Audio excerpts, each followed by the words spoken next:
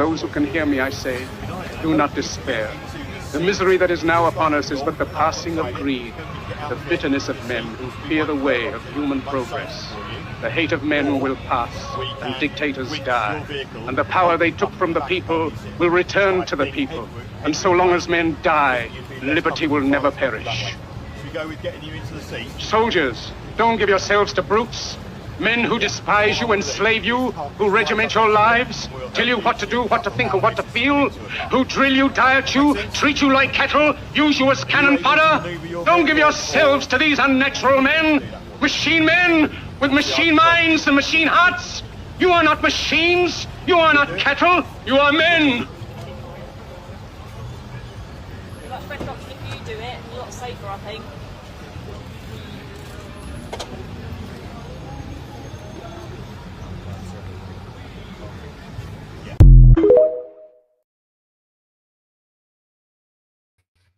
Wow. Welcome in. Damn. A mime is a terrible thing to waste. It is actually. That's horrible. Welcome in, everybody. The legacy ride has taken over. I'm your host. As you can see, Joe's still here. We booted him. I called it in. So, but welcome to World Blockchain Roundtable. I'm Zach of the Legacy Right. Here are our hosts today. Joe, obviously, the great Joe Rotes. So he will be with us for a minute. We have William, I am for I am. Oh, everybody's favorite friend, everybody's buddy, Satoshi Sean.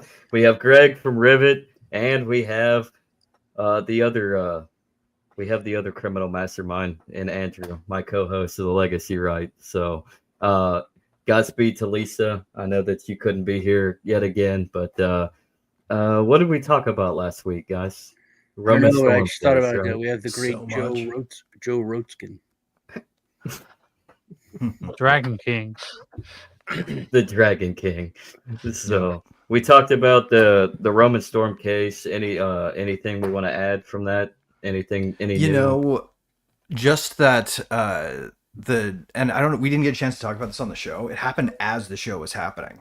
The Justice Department apparently sent out some like upper middle lackey to a technologists conference that was like one of those sort of cordoned off WEF ones where you only get like Bob Iger pretending Disney's a tech company, plus like a bunch of other shitty billionaires from SaaS companies and a bunch of Salesforce people, right? Like those things, the ones where they don't invite anybody who might say anything inflammatory. Well, they assembled this audience and then just held Jackson Hole for Tech, basically, where the DOJ says generally in their guidance in the speech, generally speaking, builders of general use tools that have multiple purposes for use that don't include criminal use will not be prosecuted. And this won't happen again, generally.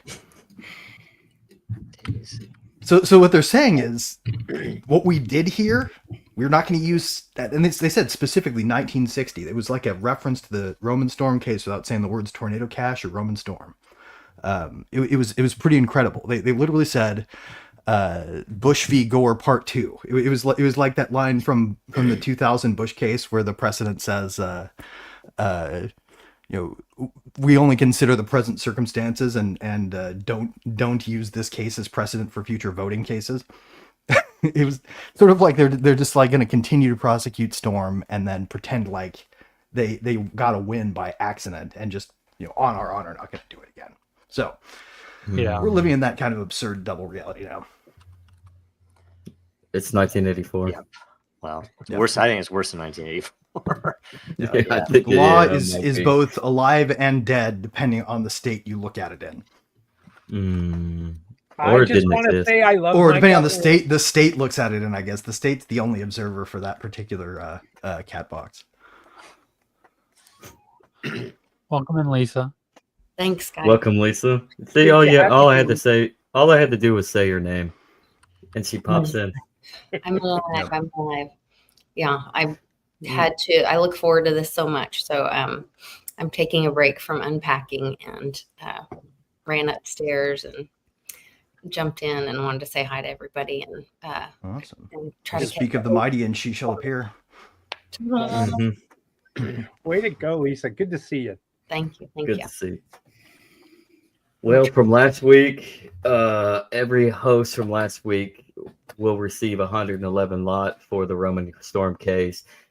Greg gets himself 55 lot for his topic nomination, coming up quickly on the Emperor and the Dragon King. And all the ownership tokens come with perpetual passive income, free edits, and governance votes. So, and speaking of such, let's do it. Oh shoot!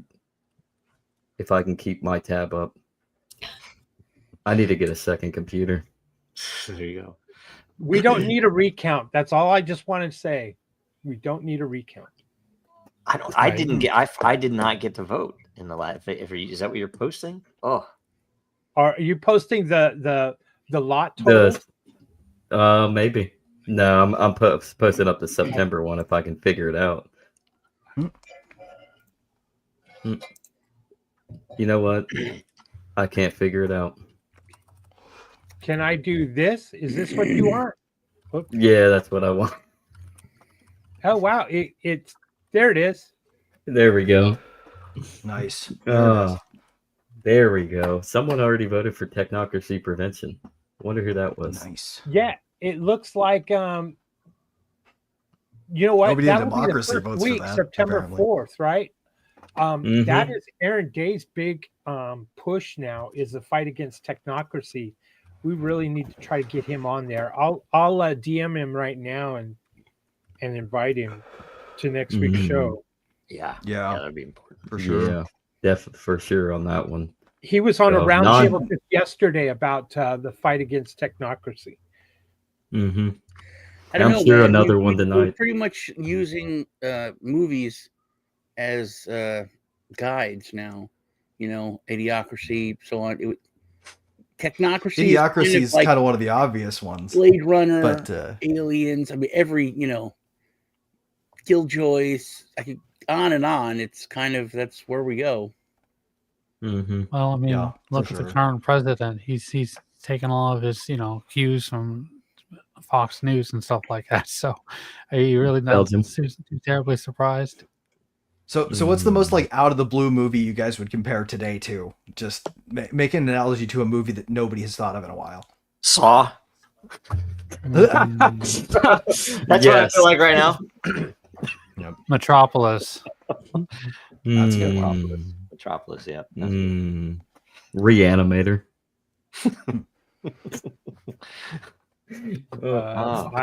I'm a blank because I don't watch movies. Whoops. I'm gonna go with The Legend of the Overfiend. I'm more of a Red Dawn girl. I'm ready to. Red Dawn is the what we want. Yeah. No, I'm joking. I bought and I started watching. My friend, she's like, "It's all I watch is this show," and I'm like, "Dude, it's so silly." And it was on sale, and I bought it, the whole series. I watched it, and it made me so sad. What is it? What show? Little House on the Prairie. Oh my gosh, that one. Yeah. To see like where we were. That's like you might as well just read Where the Red Fern Grows and get it over with. It's like, oh my God. I will tell you. Here's an exercise for everyone. And this just happened randomly. I don't know why. For some reason, and this was a few years ago. We got like the family, like my son and my daughter, youngest. We started watching Leave It to Beaver, and it was just such a so separated. It was like, oh my gosh, and it was weird because it was prototype CIA propaganda. It's fantastic. You watch a few episodes and you walk away, and I'm not kidding you. It makes you feel different. You're like, it's like everything is much more relaxed. It's like the world isn't horrible. And plus they were also applying like first layer Bernays to that whole series. Yeah, right? Like it was all just like audience flattery coupled with repetition, coupled with moving imagery and sounds. I will tell you. And then you watch Good Times. The other one that we've been doing recently is if you watch, and you have to get into it, and you have to. It's a little bit of a chore to figure out what to watch, but you start watching anime on Crunchyroll, not Netflix anime, yeah. not anime on Amazon, not anime anywhere in any of the US markets. You go get one of those and you find one that's family friendly. And some of these are so crazy because the entire time you're like, okay, that's probably the bad person. They're going to backstab. And it's like, no, it's just somebody in the community, and everybody is supportive, and everybody's trying to help this little girl get to whatever her goals are. And it's just like, holy crap. And some of them are really entertaining, right? But it is unbelievable culturally how different it is. There's no degenerate BS in there. So it's how positive the roles that they present for people are, even in the adult ones, right? Like there's I mean, like, even if you take like the quintessential example of the most bannable piece of anime ever, right? It's like, I can't pronounce the long K word at the start of the title. Is like Kimikuri something or other, Legend of the Overfiend. Literally, if you look at the images as a censor, you go and like, well, here's a frame with dick monsters splitting people in half. Here's another frame with that. It's just like a whole movie of that happening, sort of visually. Yeah. But as this world takeover demon plot plays out, that actually has like epic sweeping scope in similar ways to, something you might consider more like a sci-fi book or Chrono Trigger, the video game, or something like that, where the main hero ends up trying to save the world, only to find out that they were to become its destroyer, right? Tragic piece of beautiful art, but like dick monsters everywhere ripping people in half. So most people don't think to look at the story and see if it's got some depth. Wow. Joe said, I felt so disconnected. But it does. It wasn't like I was watching like something from history or, a show, a drama. It's like I was watching the History Channel, and it was like Neanderthals. They were different people. Yeah. Well, anybody who's ever taken like ancient history courses, if you read some of the source materials for an ancient history course, it will blow your mind how foreign these people are. They will talk about concepts that have no relation to anything today. They see the world entirely different ways, and it's a good thing to kind of go into. You're like, that is bizarre that you could, that world existed. Yeah. It's kind of funny. You guys mentioned what's really interesting little technical detail about anime. Do you know that they don't animate all the frames that you see in a normal cinema frame? They actually animate every other frame. So you're seeing something like 13 frames per second, but the way they do it makes your brain trick into thinking it's smooth. Some of this stuff's really brilliant. The way they'll do stuff where the background is in motion and the characters not. There's some pretty slick stuff they do. Free Ren. They're also unafraid of not putting background on everything all the time. Is god tier stuff. If you watch Free Ren, I don't know if you guys have seen it. It's really amazing. So is that another form of anime, or is that that's just it's a series. Yeah. It is really amazing. Anyway, nothing about it. If you do get into it though, be prepared to start watching series instead of movies, because movies are few and far between. Yeah. And you can't even really filter for them. So just think of the series as something to binge like a film. And Little House on the Prairie I've not seen in a long time. They had like I remember the blonde girl was the mean girl. I remember that. She horrible. She scared the crap out. She tried to kill her brother. Yeah, I remember that. Yeah. He also weird about ate her anime? cookie or something, and she's like, "Hey, let's go in the deep freeze. Let me lock you in there." Locked him in there. Short episodes, long she was intros, hooked and on outros. morphine. She was addicted to freaking morphine. Really? Yeah, she was. Nellie Olson. Yeah. What's Nellie Olson? Wow. Yeah. Was she like? What if you got was she full, like the epitome Conway of Twitty Lizzie style Borden? verse as an intro to a show every time? That's anime. That was in Kansas, wasn't it? I'm pretty sure it was Awesome. Kansas. Thing, yeah. Yes. That made me think of you guys, because they went to. That's not actually the Little House on the Prairie. That's another thing, dude. It blew my mind. So they lived in Ohio, but there wasn't enough game, so they're going to starve.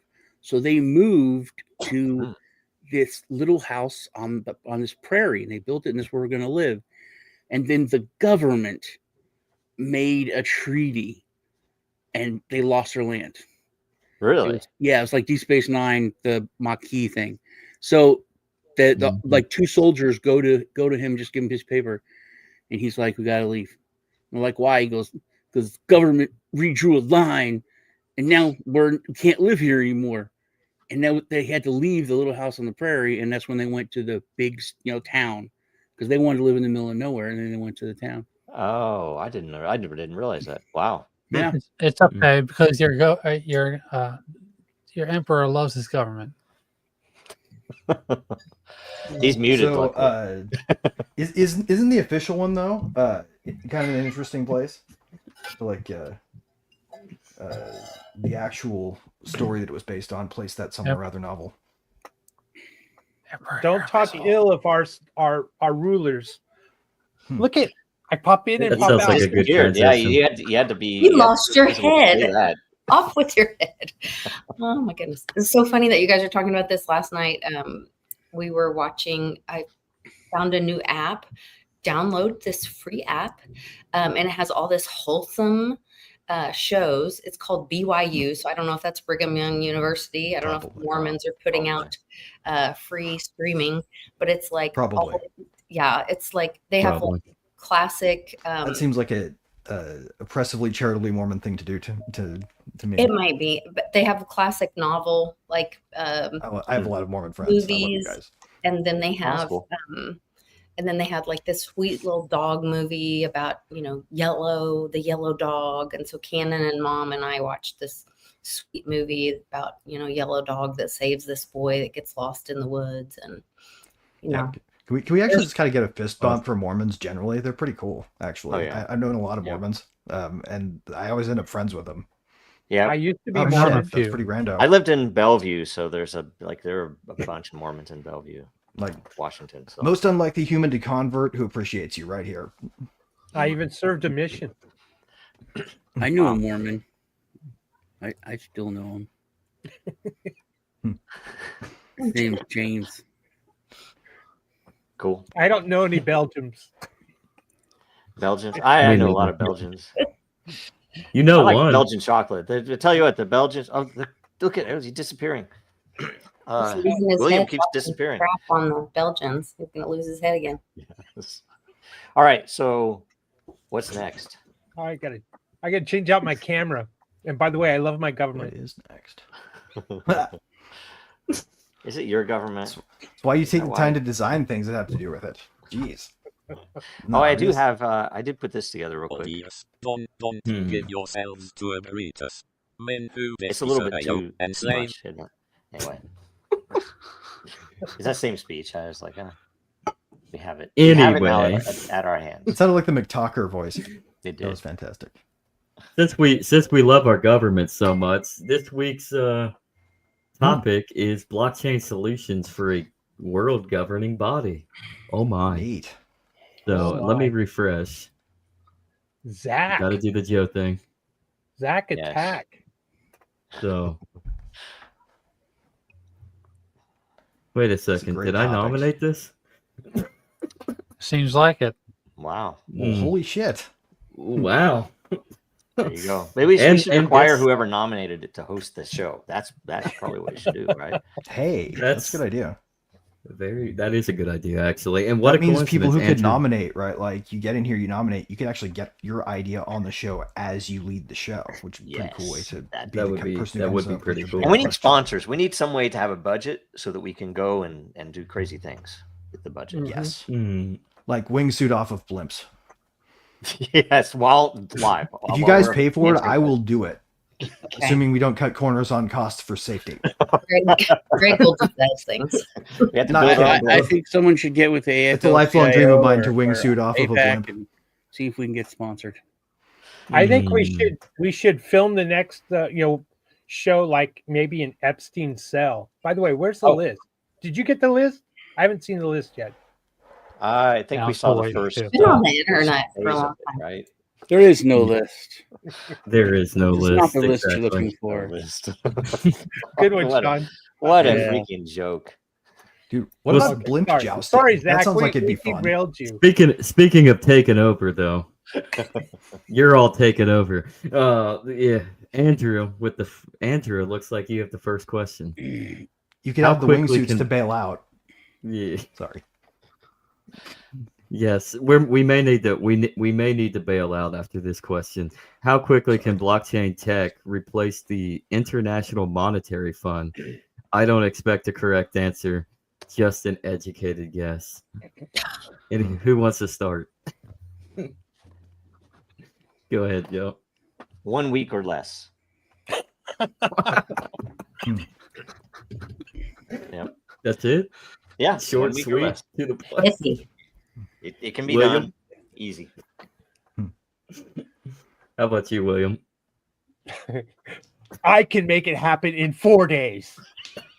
Make that monetary fund on blockchain. Yes. Okay. I've got one because it's literally the right answer. You skipped over whoa, whoa, Andrew. whoa. You skipped Hey. Andrew. Oh shit. Andrew, would you like to answer your own question? I'd calculated based on how quickly XRP replaces the monetary system. Oh, so That's a instantly. good answer. Swift. I mean Swift. It's very swift. So to answer the question, how quickly can it happen? Right, like that answer is 1 Planck time, but how quickly will it happen? Probably an infinite number of those. That'd be good. Infinite number of Planck time. Okay. That's a Planck Planck time for the peanut gallery. Did we own the chum bucket? Is the smallest measurable unit of time. So That very was a good joke. swiftly. That was a good joke. Wait, yeah, Sean had something about the chum bucket. What was this? What about the chum bucket, Sean? Oh, Greg was talking about Planck time. I'm Oh. Planck I actually believe in Planck time myself. I'm more of a stateless LQG guy, but that's another subject. I gotta tell you about the International Monetary Fund. We talk crap, but that's a powerful entity, man. It is. We're Americans, and we can go around swinging our dong and smacking Canada upside the head and anyone else. We could do whatever the hell we want to, because they are at least. We could take over the whole ball, and there's not a damn thing anyone could do about it, and they know it. And that must be a terrible way to live. And I feel bad for them. But to see Venezuela? No. Argentina stand up, and to see other countries stand up to the IMF and be like, hey, screw you, IMF, we're fucking punk rock. And they all bend the knee. They can't even say screw off. I think how powerful is that entity really? When these whole countries, they finally stand up, they go with crypto, they go with what they want to go with their own assets, and they all bend the damn knee. It scares me. It's the power of debt, right? Because that's what the IMF peddles in. The IMF is like the ultimate sort of vulture capitalist. Because what they do is they wait for an area to be in fiscal crisis, either because they have no government, just because their government has sent them into hyperinflation, or because the parasite malfunctioned. They need money, and they don't have a central bank that prints it. So what do? The U.S. prints it, gives it to the IMF basically through the International Monetary System. They created a thing called special drawing rights at the World Bank, so they could. You could not describe the mafia any better. Yeah, no, it's really screwed up. Literally, it's like Lisa. Anything to add? Yeah, I believe they already have. It already has. It's just a centralized blockchain. I think it's already done. I think we're just living through the transition of that. Well, I got a comment about the International Monetary. I'm sorry, Lisa, were you done? I just think we just have to choose. What world do we want to live in? Where do we put our energy? Not one run by Basel III prescriptions. Let's hope. But we choose. Also, I think a lot of it has to do with, like we said, the U.S. I think if have that like Goldfinger and they open they do audit Fort Knox or something happens and it's like, oh, there is no gold.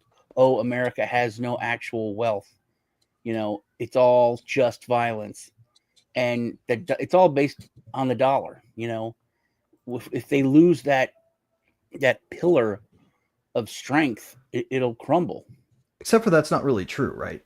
Ultimately, humans are making value when they exchange freely.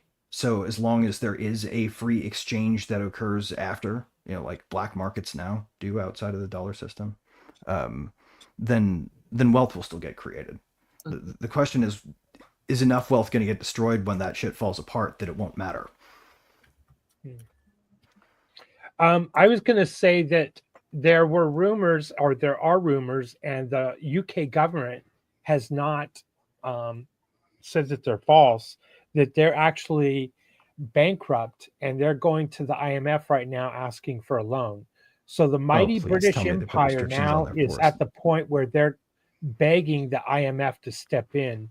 It's also kind of a ploy because I think this will be their excuse to say, see, we should have never left the EU. We need to go back to the EU.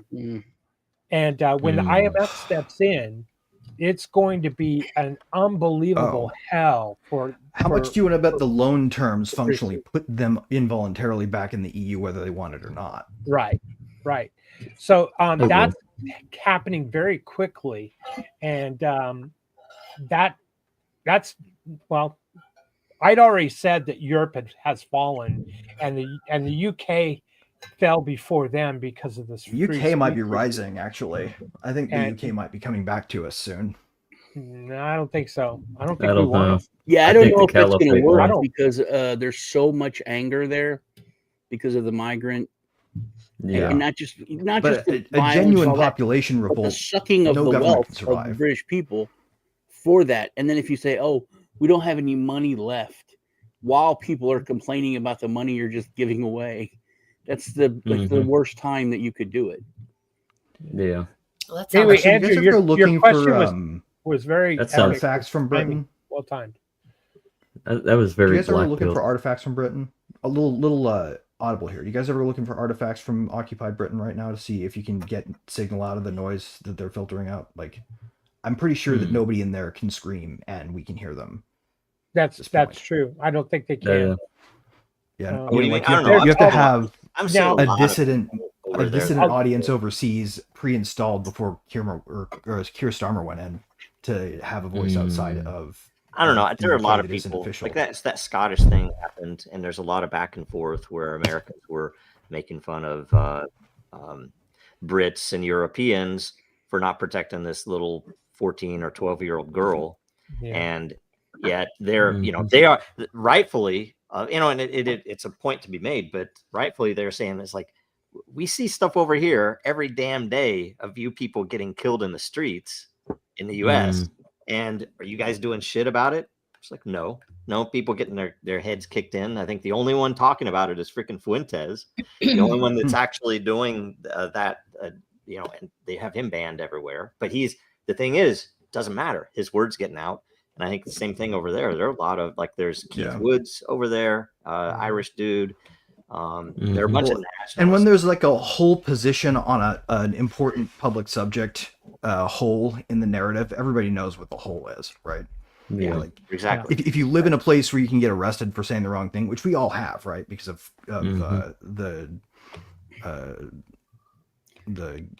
emergency pandemic planning crisis of 2020, right? See, that's a real thing, though, Greg. That's something that normal human beings can understand. When you get arrested for silently praying to yourself, that's something no one can fathom. When the cops go, like, "Were you thinking about this? Tyranny. Were you thinking about this?" And then she's like, "Well, I was praying to myself. I was thinking about it. You're under arrest." That's something we can't wrap our heads around. I can't wrap my head around that. No. Oh, well, I mean, people forget the meaning of thought crime, right? They think thought crime is, as Orwell meant it, is the actual thought, or the actual writing of the thought, but the actual crime is evidenced by the writing. Yeah, well, and the crime is having your own story. Yeah. To that point, still, Sean, I can't fathom the fact that Florida is putting an Israeli flag on their license plates. I can't fathom the fact that it's illegal. That is ridiculous. Things in Florida. I can't fathom the fact that Texas is making it illegal for cities. It was passed last year. I wonder what words you can slip past their censors with the specialty flag selected. They're making it illegal for cities to boycott Israel. I mean, that's pretty freaking ridiculous, is it not? Yeah, it is. It's like, oh, Muslims controlled America, right? Muslims, it's Qatar controlling America. I do think that that is changing though, because have you heard Massey? Yes. It doesn't matter. He's only one. He's only one that he talks about. Yeah. He said that there should be no government for any foreign country that should be allowed to have lobbyists. He said there's no British lobbyists. There's no Australian lobbyists. We do have that. They're called diplomats. Other country has lobbyists, except for and that's what a system of formal diplomacy is supposed to be about. And I think all this goes down to I am's next question. How could a DAO governing body replace Congress or Parliament? You can add any form of government. Or state. Let's start with Lisa for this question and work our way up. So I've been a part of DAOs. I am a part of a DAO. I'm part of Den.Social. Sometimes they work really well, but you have to have transparency, but also accountability. Without the accountability or consequence, the follow through, then it's there's no use for it. So there has to be sincere follow through, consequence. Otherwise, an open ledger, anybody can write anything they want, but then there's still bad people, bad actors doing bad things. You know what I mean? So there has to be consequence and, that kind of follow through, structure, punishment, whatever words you want to put in there, to make it actually function. Otherwise, it's just rules for the good people. That doesn't work. So no WEF. John? Yeah, it could. It would have to be. No, it can't. No, it can't. It can't really now. Like the whole. I've said this before. It's like we've gone too far. It can't be fixed or replaced. It has to. Well, I guess it has to be replaced, but it has to be taken down and redone. You can't say, "How can we make a DAO replace what we have?" We have to come up with a new thing to have and run it with a DAO. Yeah, that's a really good point, Sean. In fact, that actually dovetails nicely with what I wanted to say, because you could replace Congress. You could replace Congress one-to-one with it, right? Like you could go in. That's like 18,000 pages, and then put it to the community to vote. Tomorrow, we could take the Constitution and automate it in smart contracts. A team of smart blockchain engineers with ChatGPT subscriptions or whatever, any LLM that can write the boilerplate code for you, could have this done in a week. They'll only allow Bitcoiners. You could do one sprint to redesign the entire government exactly as it's written to function. Of course, we don't have that government, which is really the problem, right?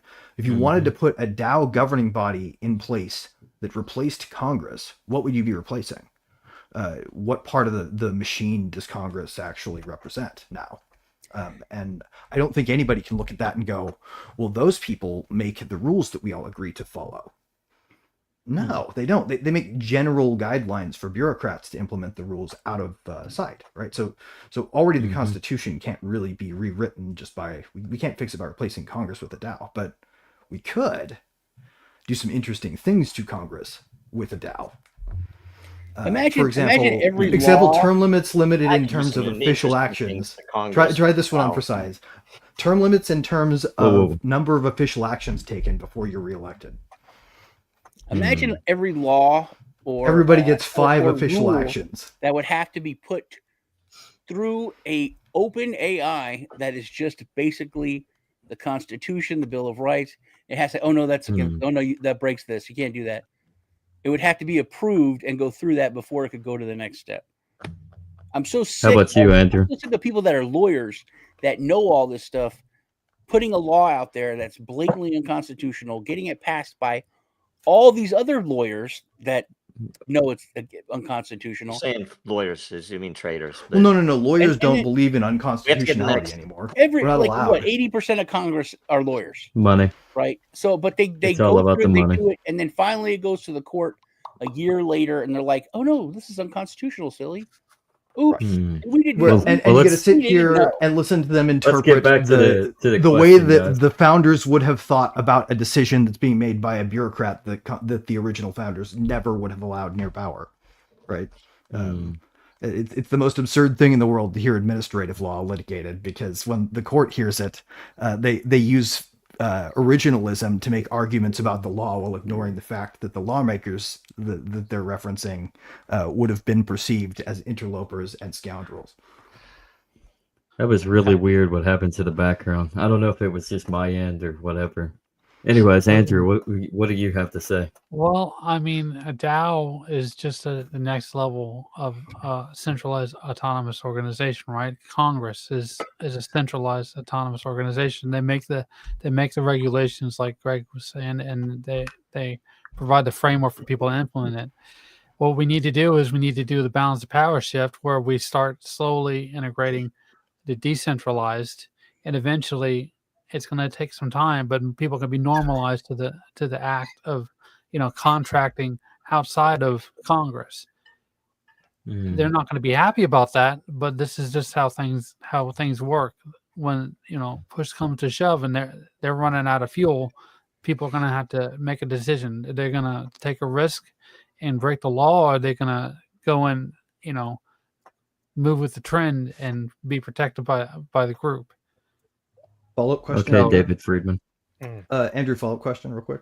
I noticed you didn't say that, or you didn't go with the popular but hard to see third option, where it peters out and sort of just dies, but it doesn't really matter. Is there a reason that you don't think that this dynamic is a whimper, but rather a bang? Well, I mean, I understand that there's a shelf life to everything, and that people who are going to be using blockchain for, contracting and stuff like that aren't going to go to one specific place. It's going to be it's going to eat the centralized part of Congress at every edge and every nook and cranny it can, and pick apart their whole existence. I have to leave in 10 minutes. Can I answer out of order? Yeah, go right ahead. I was looking up the Robert's Rules of Order. I don't know enough of how to interject myself properly. But either way, we should learn that, and that's going to be my weapon from now on. I'm going to order that. I think it's a small book, right? Wait, anyway, what is it? On my bookshelf. I've not heard this book before. So let's see here. I'm going to read it. There are several things, and there are several opportunities that I think we missed. That when, like say after 9/11 was a freaking false flag, right? So when Israel attacks your buildings and they want to initiate a 20 or 30 year $1 trillion set of wars, without your public knowing it, of course we missed it, right? But I was surprised, frankly. It's like, oh, we need a DHS because we're worried that they're going to try to take out our entire federal government with a Tom Clancy style raid on Congress, right? It's like, oh, we could have been so lucky. Yep. Right? It's like, oh, you take out some New York and you didn't even get any of the good executives. I mean, come on, at least give us something out of this false flag. There was also a 100% chance that the money that paid for the films that popularized those ideas was probably also the CIA. Yeah, probably. It's all, and I'm not saying it was only Israel. I'm not saying it was only Mossad, right? But no, anyway, it's the blob. It was all of them. But one way or another, I was really kind of surprised that we didn't say, hey, shouldn't we have a decent? Why the hell, number one, do we have our entire Congress in one city? This isn't the 19th century, right? They should be voting from their own districts, which you imagine the effect. It'd be decentralized. You wouldn't have to worry about it being taken out. I know maybe that is attractive, but either way, there would be no one place to build a lot of big buildings. The lobbying, you wouldn't be able to go to DC and go to and basically lobby everybody in one cocktail party and pay them under the same table. You would have to go to every damn table in every damn state, every damn district to get to them. And how the would they people have who a big then hot be there- dog I mean, party? unless you use Monero and That's why I'm saying that that's a big part of it. or And Xano. You could automate with Xano. Go ahead, William. definitely the point. It will have to. We are too far along. It will have to be replaced. But you can at least think about the ways and a proper representative republic doesn't have to be a where I elect someone who makes the decisions. It can be I can't remember the name of it, but there was a protocol that the Europeans developed, libertarians, I think, where it was so that you would essentially pick for any given subject or any given vote, you would pick your effective representative and you would proxy your vote through them because, hey, this person knows everything about health. So anything related to health, I want them to vote in my stead. And anybody, and if I particularly am expert on something, I can vote direct. And well, like a you rank can choice. you comment on how much of the configuration space for potential governance mechanisms has actually been explored and how much of a fucking blue sky there is there? Well, and on top of that, crazy. the behavior, and I would say, I would suggest study what we've done on Den because you have a closed system where the behavior and the economics are entirely inside of there. So if you want to attack it economically, you still have to do the behavioral things. And it's a beautiful thing because it effectively hones in any bad actor that they have to do the good behaviors and they have to behave economically. And that's the way any real system should be. And you could do that in a real world republic if you wanted to. Yeah. And if you weren't so stupid, but there's so little hope because also they're all lawyers and they don't understand any of this tech. That's why the Roman Storm case. That's why the SEC went after utility That's not. That's why I think you should have to have a computer science degree before you're allowed entry to law school. It's not bad. Or an IQ test, maybe. Sorry. No, the IQ. There are way too many smart people who do nothing but play word games with it. I'm about to play judge now. Can't use an IQ test. Go ahead, William. I'm going to need to go too, and I'd like to answer this question. It's my own question. First, I'd like to say that I love my government, and I can prove it. Andrew, you're wrong. We don't need Congress to move towards a decentralized system. It's perfect that it is centralized. It's good. And Joe, you too are wrong that they shouldn't vote from their districts. They need to be there amongst themselves. These are the 435 most important people in our country, and they should be huddled together in a safe place, in a safe location like DC, where they can conspire. Can create good legislation for all of us peeps, and really that's what it boils down to. As a matter of fact, we probably need even more bureaucracy and more three-letter agencies that are up into our business to make sure we're doing the right thing and treating each other fairly and justly. I will the laws are held accountable. I will admit that I was wrong, and I would up it. Well, I would raise it to. I think we need more four-letter agencies. Tyranny for all. On that, I need to go. That's a good one. I got to step away too. I'll be back later. Nice. All right. Goodness. Oh, and now there was Spots. All right. So speaking. Man. So this one's from interesting question for you guys. Then on this one, I want to get a rep here. I want to get your impressions. Okay, so what could you do to make have you ever played a Nomic game where you just take turns coming up with rules every round and every person gets to make a new rule for the game every round? D&D. Sort of like D&D, but imagine you're playing Risk, and then after everybody gets around the board once, you roll the dice, and whoever rolls the highest gets to make a new law that changes the game. Right? So eventually the game becomes indistinguishable as Monopoly, right? Someone will be like, now the rule is the only way that you can get hotels isn't by mortgages, it's by conquering territory in a Risk game that we're starting over here. New rule, right? So with that weird random segue, think about designing governance systems where you get to make a rule about how government gets run that's never been tried before. And we implement this with a DAO. The only requirement is it has to still be something that resembles crowd governance, akin to what the founders gave their best shot when they took a crack at it centuries ago. That's the game. Who wants to play? That'd be an Not interesting me. proposition. That would be. But see, this is where we get in trouble with the too many laws, thinking that laws are what solve things. We need less, not more. You know what So I your mean? system would be like a really law minimizing system, where Yeah. maybe every official act immediately sunset upon execution and had to be reauthorized every 30 days or something, where most laws sort of attrition out because of how much entropy you stack. I don't know or about something it. like that. Yeah, I don't know that the timing is what solves it either. But I think it goes back to like the Constitution, and more of like, I know people freak out when I say, or when anyone says the word sovereignty, but you know, common law, common sense kind of thing. You know, do not kill, do not steal. And then the consequences have to be there, though. I'm telling you, like, if we don't hold people accountable, I mean, we're seeing it over and over. It's already kind of too late, isn't it? It's not too late.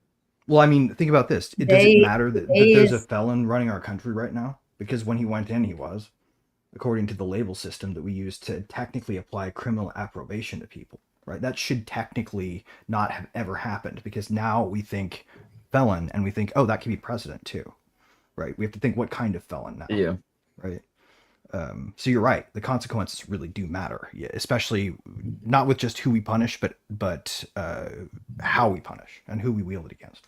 I don't know, man. I'm coming around to Andrew Wilson's side on things. I think everything is forced. There Context for the. You know, I don't think anyone has any rights. There are no, unless you're. I mean, you could say they're God given, but then you have to believe in God. So, and there, you don't have a right. You don't have anything you can do. If I can take it away, you don't have it. So there is only strength. There is only force. Just echo somewhere. I agree. Hey, it's me. I'm trying my headphone. It's my fault. Oh, okay. Well, we'll move on to the question then. This one, I think the anonymous might actually be William. I'm not gonna lie. William, this is you. I'm calling it out.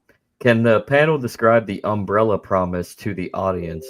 How might it work to reduce the money required to run for office, elevate the voice of the constituents, and reduce the power and influence of lobbyists? This sounds like William. Yeah. Simply beautiful idea. And it is his idea. Yeah.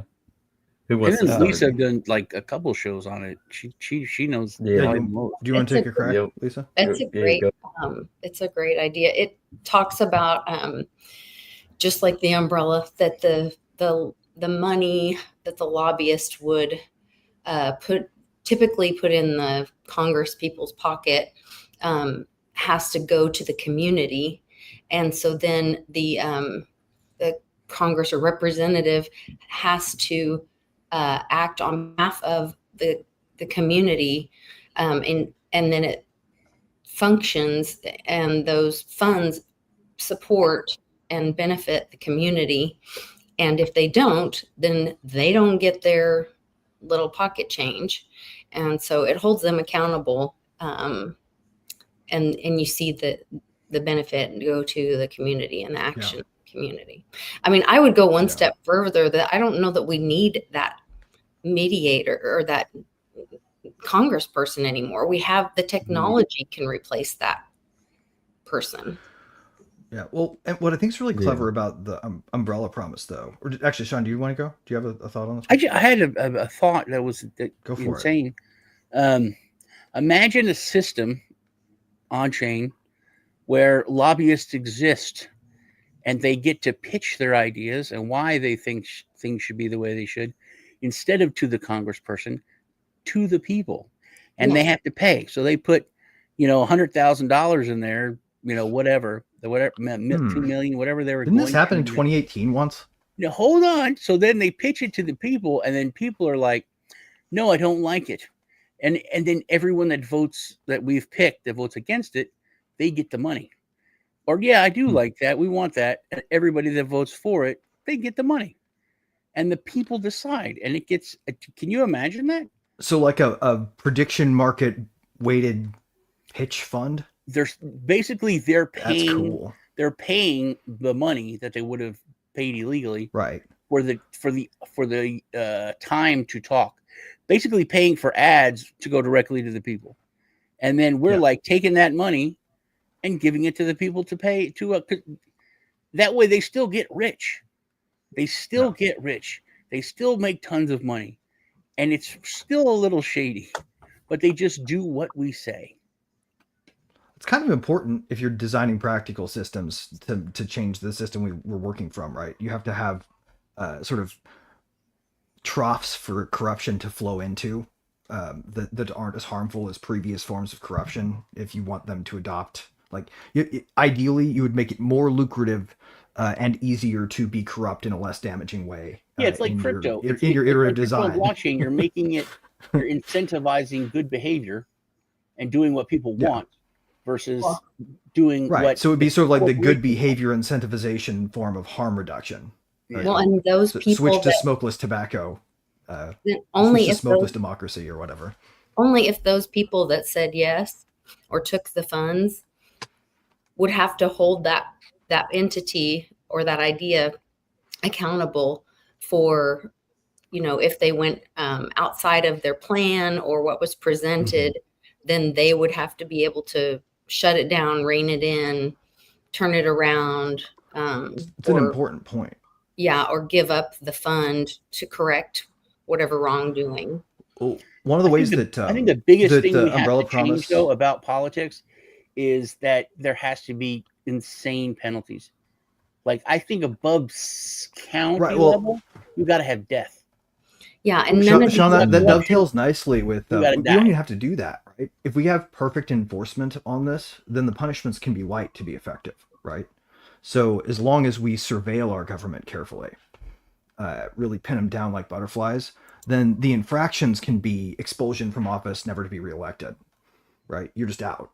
Not like currently that we have public funds that taxpayers. The umbrella promise was like applying people getting caught raping people. Yeah, I'm just on the raping threw me off. I wasn't expecting to hear that word. How many times have I heard of that? Yeah, no, I mean, but I was just going to say, like, if we wanted to use the umbrella promise, like DAOs use sort of the primitives of DeFi to govern, right? Then we'd have a situation where slashers would be on a politician's stake all the time, monitoring to see if they deviated from the umbrella promises that they made.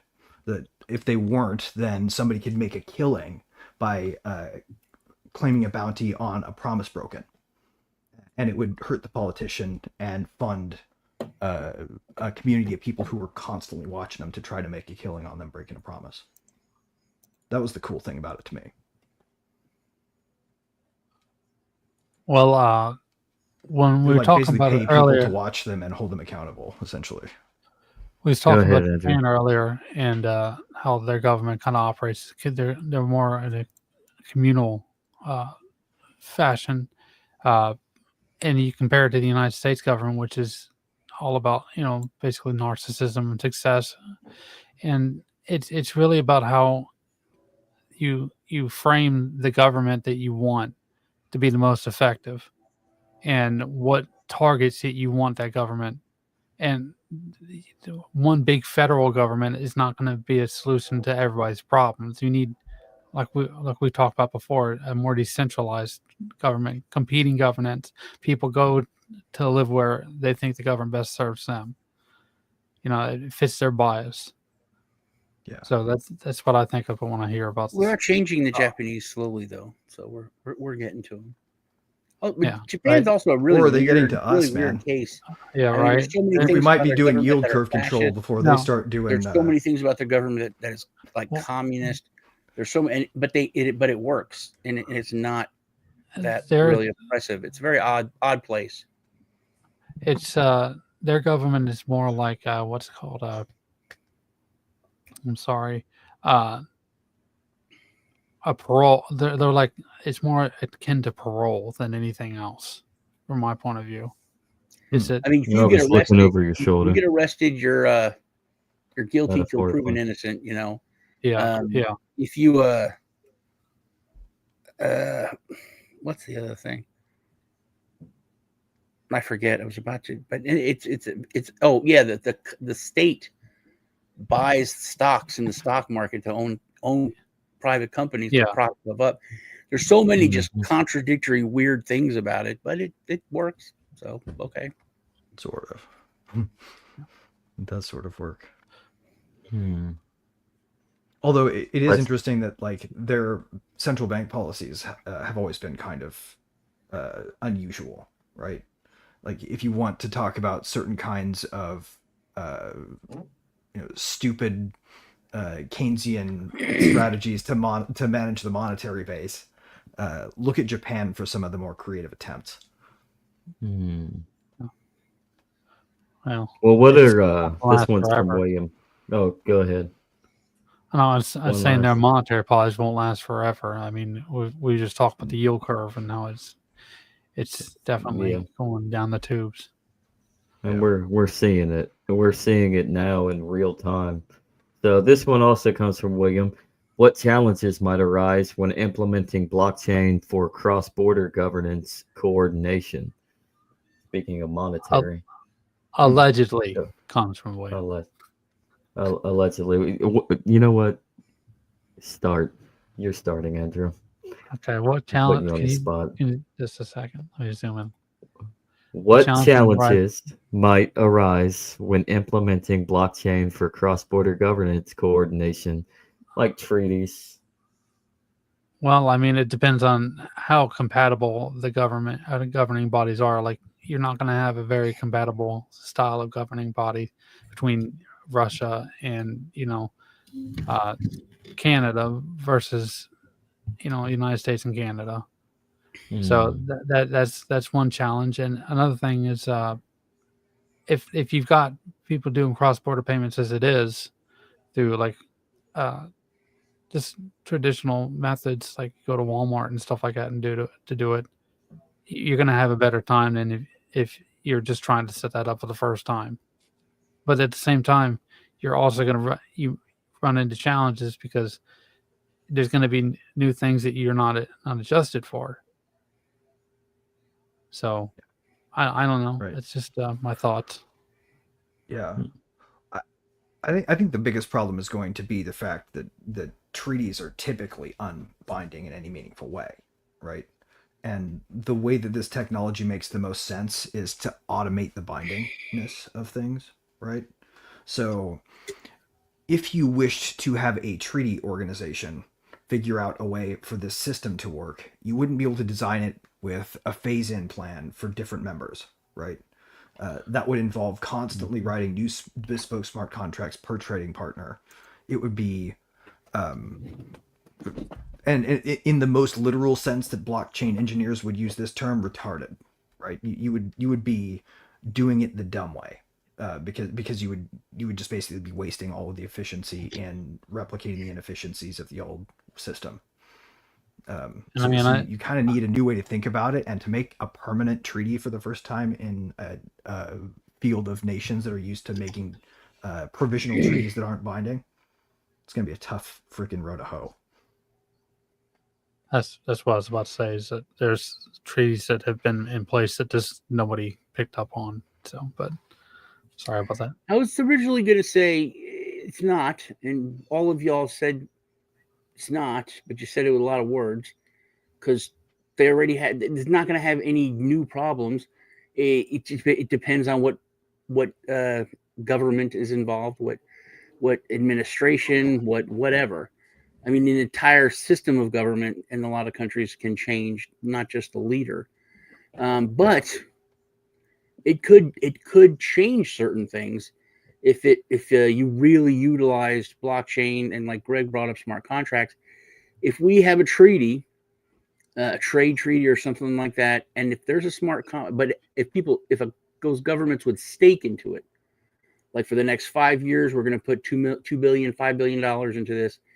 And if somebody breaks it by smart contract, the other side gets that money. That's instead of going through the courts and going through, the media and, oh, you did this, oh, but you did that, and this and that. It would be just code and simple. That would actually alleviate some stuff. That would keep people in check. Going from that. Well, and all the other thing too to remember, dude, is all the shippers are going to be going on chain with logistics to coordinate, having knowledge they can share and marshal against trade barriers, right? The idea of doing like trade deals for people is literally to try to clear tariffs as efficiently as possible for specific customers. Like, imagine if we had an on-chain treaty with Mexico and they put up like 5% of their silver ore that's in the ground. That they would do certain things to stop drugs. And then we prove that things are getting through the border and they've broke the treaty. They would be a lot more. Or what if they promise to stop dumping cheap secondary materials into a market like the United States, like or they stop have dumping a corner on the manufacturer of cheap ocean. tires, right? if Cheap Mexican tires are flooding the country, and the reason they're flooding the country is because a trade lawyer figured out how to make it look like these tires manufactured in Mexico are in fact U.S. origin, right? See, if regular folks you can figure out how to do that shit. That blockchain and smart contracts could hold governments accountable. I mean, imagine if China signs the Paris Accord, it's just bullshit. Right. But what if the treaty self-enforced? Signed that had to put up something, and China's like, hey, we're going to lower our pollution by 5% in the next 5 years, or else, we're going to give up, $100 billion, or we're going to give our stake up, is slashed. That's something that could literally happen with smart contracts and blockchain. And when people realize that and understand that, that's when I think we'll finally get blockchain in government. Yeah.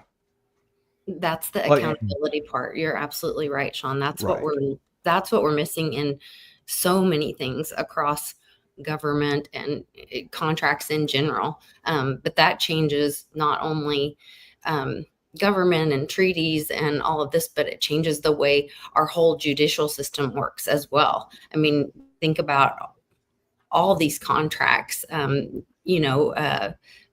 in civil cases as well, to have that kind of accountability and justice that could happen. That just changes everything. So great point. True. Great point. Are we ready? I believe so. All right. I like this. I'm not answering any questions. I'm just the host, everybody. I just noticed that. I was like, Zach, you're not giving your thoughts on should I give my thoughts? I don't really. Yes. I don't. Yeah. Yeah. What challenges might arise when implementing blockchain for cross-border governance? I'm gonna piggyback off of what Sean said because I think he said something really interesting on how the governments are vary. They're very different. So like what applies governmentally when it comes to like Canada or even China is much different from the United States and Russia. Like Russia, here in Russia and the United States, we're more oligarchical, lobbyist oriented. If you're talking about the United States, but we're more oligarchical with reverence towards a hint of the market, but in a controlled setting. Whereas if you go towards like China, it's all goes through the state.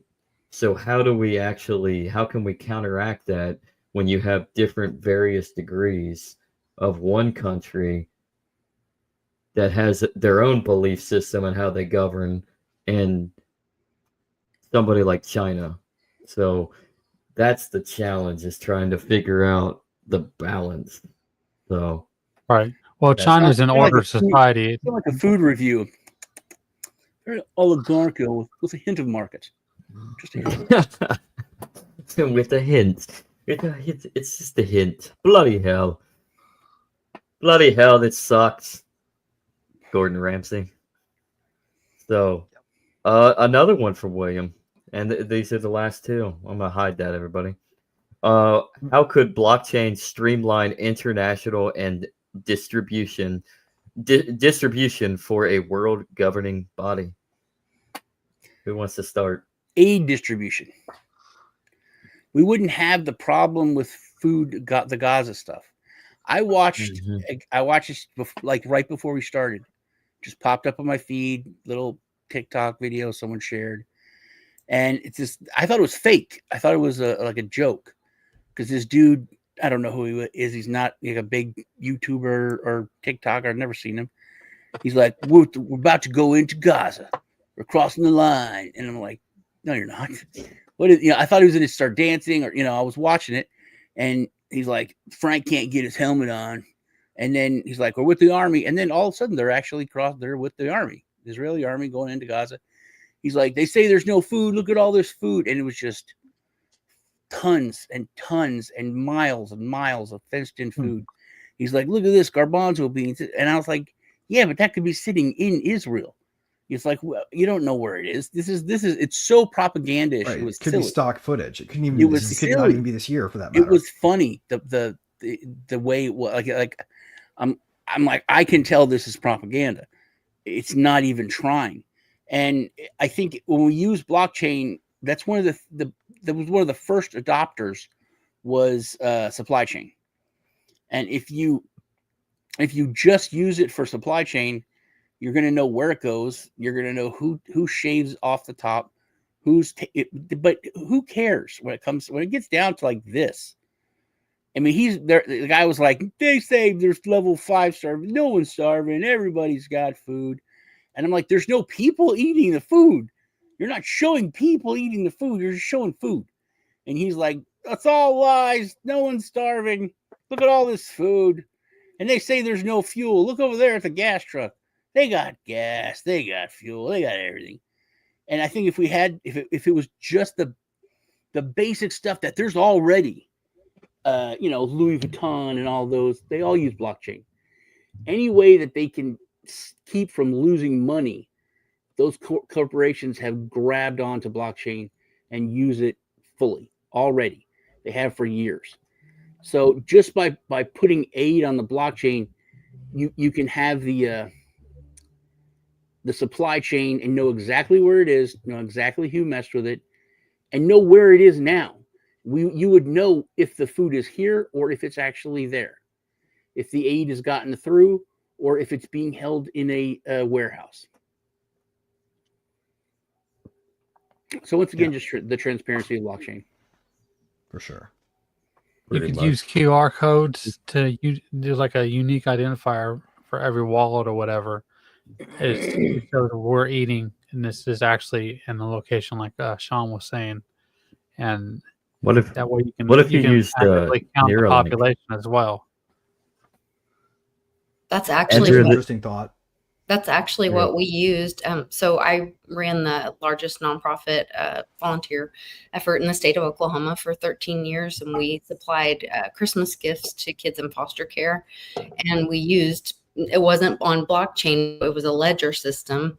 And we were using QR codes and eventually we used QR cards. Initially it was a spreadsheet and kids' names, and but we had a system and to track by county, child, caseworker, office. So we had it broken down in different because when you're some years we got up to I think the largest year we had over 11,600 children to provide for, and so tracking it through the system. So then we take each individual child's wish list, and distribute that out into the community to churches, fire departments, businesses, all of this, and then to get it back to the warehouse and then sort them in the warehouse and then get them all lined up to which DHS office or county it was going to go to, then which DHS office within that county. And then make sure that item or that gift set would actually reach the child. And so we had like a system where you could track that all the way from the child making the wish request to being fulfilled to getting back to the warehouse and out and delivered. So just like the aid thing. And it was really a pretty amazing thing logistically once we got it all figured out. But we did that for 13 years. And the accountability that it had, it created stories, because then people would know, the child's name, a little bit about and it changed Oklahoma. We ended up having a tremendous recruiting effort from it, because it made, without giving up the children's confidentiality or the case or whatever, it made the children real. And so more families started fostering and adopting and getting involved in that, because it wasn't just like giving $50 or it was that peer-to-peer kind of experience for people giving that aid. And that's what I saw a reel the other day that someone found old newspapers from 15 years and up to 30 years before Hitler ever was in power. And there was this propaganda talking about 6 million Jews starving to death, 6 million Jews starving to death. And this was literally like 15 to 30 years before Hitler ever was in power. And so do we really know, was it a propaganda effort to get funds sent to the Belgians, or did it ever really happen? We would know if we had blockchain following those right. And all we have right now is retail history as it's been packaged and sold by state-funded NGOs to us. Right. And so which that would really help. But there's also kind of maybe another interesting question to ask here. Would we really need as much aid if the world was on chain, right? Because right now a big problem with like Gaza, for example, has banks that are only in Gaza and has infrastructure that is only in Gaza. Well, Greg, you brought it up that a lot of times you have to bake in the corruption, and you wouldn't have to bake in as much corruption if it was on chain. But consider this. Like, what would happen if your bank if a bank building down the street blew up, but all your wealth was already stored on chain, right? You can flee a disaster area with 12 words tattooed in an order only you remember them being tattooed in on your body. And you've got your bank account with you, right? So why even leave? Why not have, for instance, friendly societies that have pre-pooled capital that show up in disaster areas with the aid already sort of stocked and on site across their fulfillment centers based on when the risk pool needs to be activated? You have everybody pay in a little bit to be part of this society. You'd have the aid ready, and they would be markets too, right? Because the people who you'd be helping would have assets on chain they could be provably able to pay with. We wouldn't need the world to shut down if the physical infrastructure blew up in a truly decentralized future. I think it's also important to make the point that blockchain does not stop corruption, but it makes it harder to get away with. And like you could have a truck, which we're following all the aid. And you would have, and all this technology is already in place. They just needs the data input. So if a warlord wants to take 1,000 pounds of food off that truck, he's got to put 1,000 pounds of rocks on it. Right. But the action of the truck getting 1,000 pounds lighter and then getting back up to that 1,000 pounds is going to happen. So then when it gets to the destination and people say, hey, half this truck is filled with rocks, then because of blockchain, you're able to say, why were the weight changes here, and here? Right. And they're like, well, no, there's no rocks. Well, then explain why this happened. So that's something that it just makes it harder. Well, and who you ask is identified by their private key signature. So if you signed the transaction that said this truck passed its way in without anything fishy, then you were identified and you're going to get tracked down and talked to, and you can't say I wasn't there. Like a weight, what do they call them? Yeah, a weight exit for semis. Right. Yeah, it also strips away the anonymity that the institution usually provides. Like, it's not some DOT official. Yeah. It's DOT official identified here on chain with this key. And a good analogy for what Greg was talking about is imagine how much cheaper everything would be at Walmart if they had zero shoplifting. Yeah. Yeah. You know, if No, it'd you be- cut that down so much, so we would need so or like much less up the aid. supply chain pilfering, for example. How much shit gets siphoned off by people shipping it out of the third world countries where they manufacture it? Yeah, and That like you drives the said, cost so up. much corruption is just baked in. Hey, if we need 100 pounds of food to get to this location, we have to send 1,200 pounds of food because 1,100 pounds of food is going to get taken along the way. Right. You know, Right. that's Like, like imagine- that's baked in. Right. We need to send this diversionary payment of dollar aid over here so the warlords are distracted when we do it. Imagine a world where we have global cooperation rather than globalization. I mean, That would you have be- you have a Black Swan event, right? And then there's a struggle session afterwards. How can you know what really happened? I'm starting to and think what that yesterday's event up in Minneapolis might have been that Black Swan event. Sure. Potentially.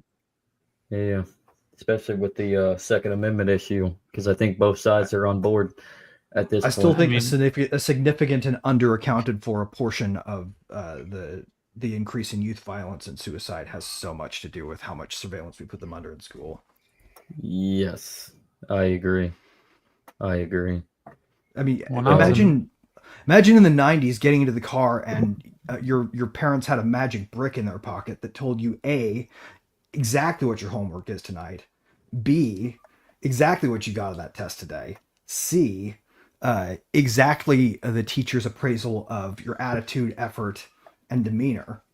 And before you even receive the grade tomorrow, you're getting the third degree from your mom in the car after school. That is the modern world. Right, and AI is making it worse. Like they're going to probably have AI monitoring people's demeanor in their wearables. Already, and kids are going to be required to wear them when they're in school. You know, don't forget so how that, much. so that you're going to be able to get real time monitoring on people. So they're just going to be constantly fucking hawked. Of course, that's a funny story. That's a funny story that you say that. I mean, it's not living like under surveillance digital like that. Yeah, it has nothing to do with like obviously AI or digital surveillance in schools.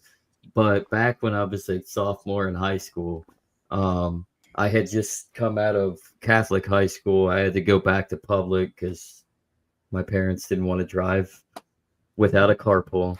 And I entered in, and they decided, as I'm coming in, to start using ID badges. I kid you not, I got so many detentions having it like waving on like tucked in my pocket and letting it sway without wearing it. One time I actually ended up getting suspended. Funny thing for is not having an ID badge on you. Yeah. Like in the place they told you. Exactly. Yes. No, we want to place it awkwardly high on your shirt so it feels uncomfortable, makes you look silly. Exactly. I used to get arrested because I didn't have an ID because I was too young. But the police were like, "Where's your ID?" It's like, "I don't have one. I'm 12." They're like, "No, you're not." I'm like, "No, I'm 12. I don't have ID yet." They're like, "You have a beard, dude.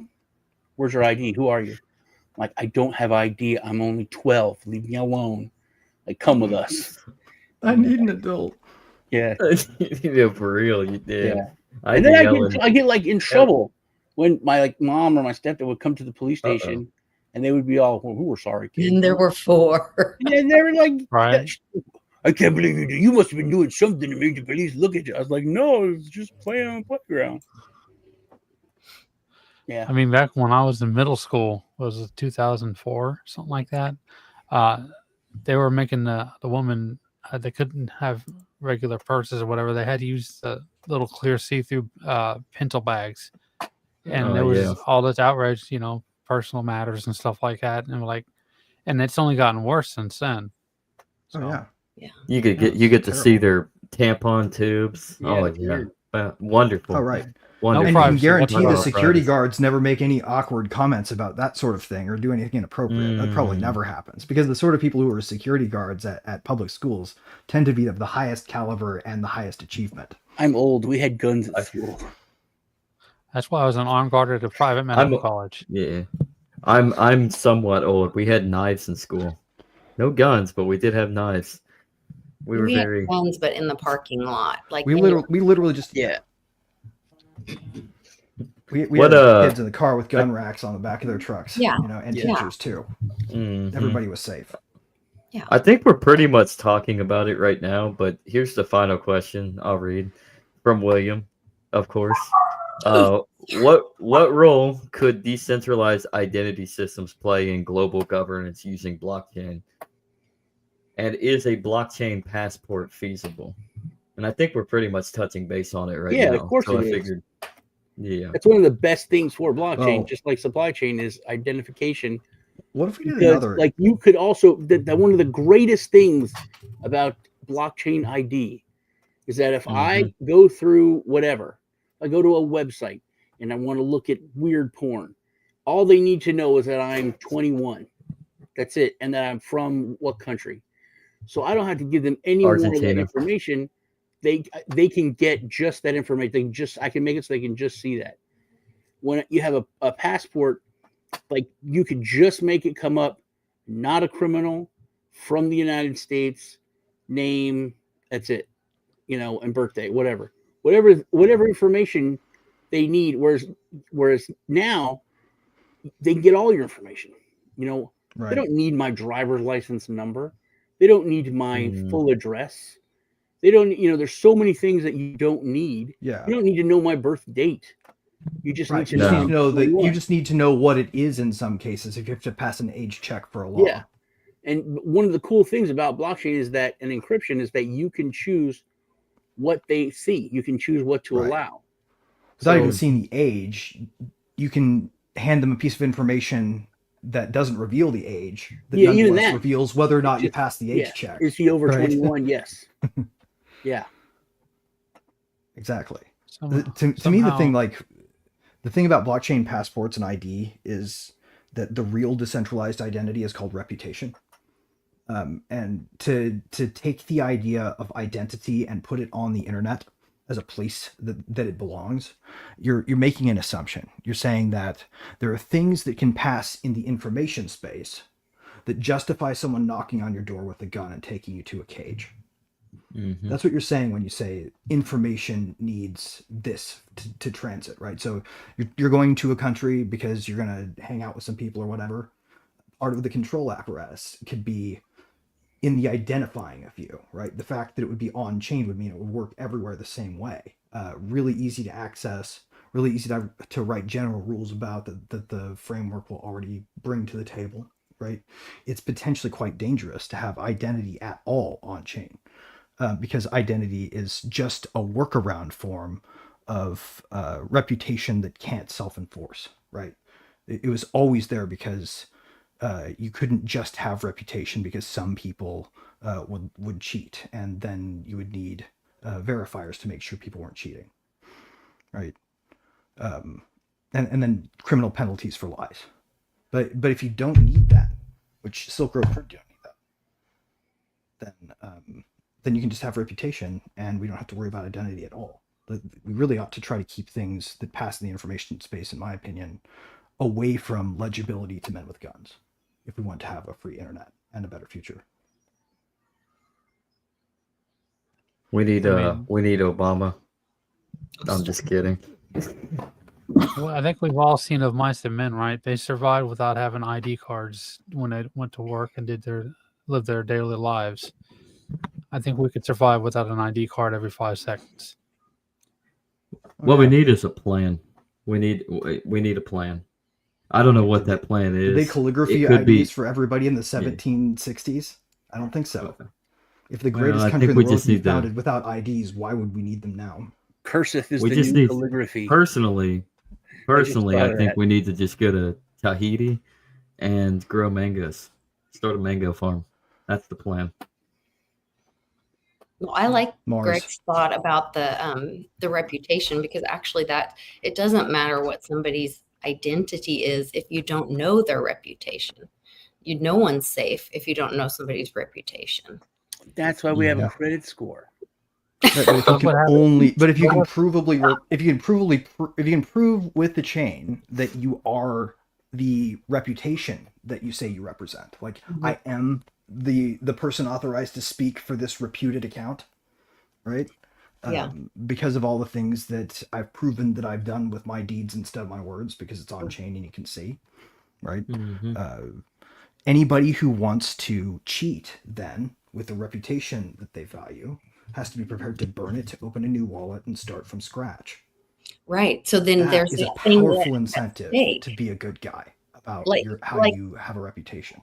Like Sean was talking earlier about with the treaties using blockchain, there would be something at stake that they would. Right. If you screw up your reputation, everyone's going to know this account is an asshole for the rest of eternity. Right. So you either have to stop using it or forever carry the brand. And if you stop using it, you start from fucking scratch, right? And I think that's a fair punishment. I think that's in a lot of ways harder than subjecting people to, congressional hearings and shit, or sending them to jail. Starting fresh with nothing but you fucked up last time to blame would be a great punishment for information crimes, I think. I don't think we need to go any further than that. I don't think we need gunmen at all. I think that's good enough. We already have so much of this data that just needs to be put on chain. I've been ripped off so many times from Facebook and Instagram. Something pops up and I'm like, that's a scam. But man, that's a good deal. All right, I'm gonna get it. And it's something that costs like $500, but it's like $40. And I'm like, it's just too good of a deal to not risk it's a it. lottery ticket, right? It doesn't happen. This is either going to be a good bootleg or I'm not getting anything. And then I go to, and I'm like, I'll use PayPal because they got to give me the money back. And then PayPal was like, no, we're not going to get the money back, dude. They have like they sent you something, here's the tracking. And I had to go look and I'm like, yeah, but I bought, a tire. And what they sent me only weighs 1.5 ounces. Right. And they're like, fuck. All right, we'll give you a refund. So that's what they do too. They actually send small parcels through the cheapest possible mailing system, through the most circuitous route they can, and send you tracking on it, so that they have more time to get past the PayPal barrier. That was the scam of the early 2000s, right? Yeah. Sell you something unbelievably cheap that you normally couldn't afford on eBay. It ships from China. It arrives in 3 months.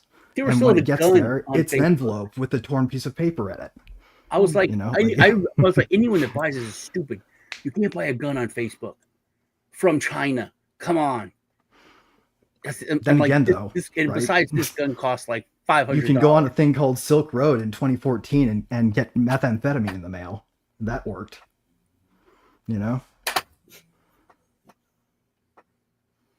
I had to, guys. I had to bring that one up. It's all right. So. What besides what? No, this is really besides this. We can't leave the people. Besides that, what's some of the current events today? Obviously, the girl with the axe and the knife. The girl with the axe and the knife. A friend of mine is a cop in London. He's a super cop. He's a super cop. Like, he's famous. He's for being a badass cop. He's in charge of like all the canine units, and he's done like. He ran into this burning building, saved like 11 kids. It was like an orphanage. I'm not joking. Like, the Queen's giving him, the awards. So he's like super, super.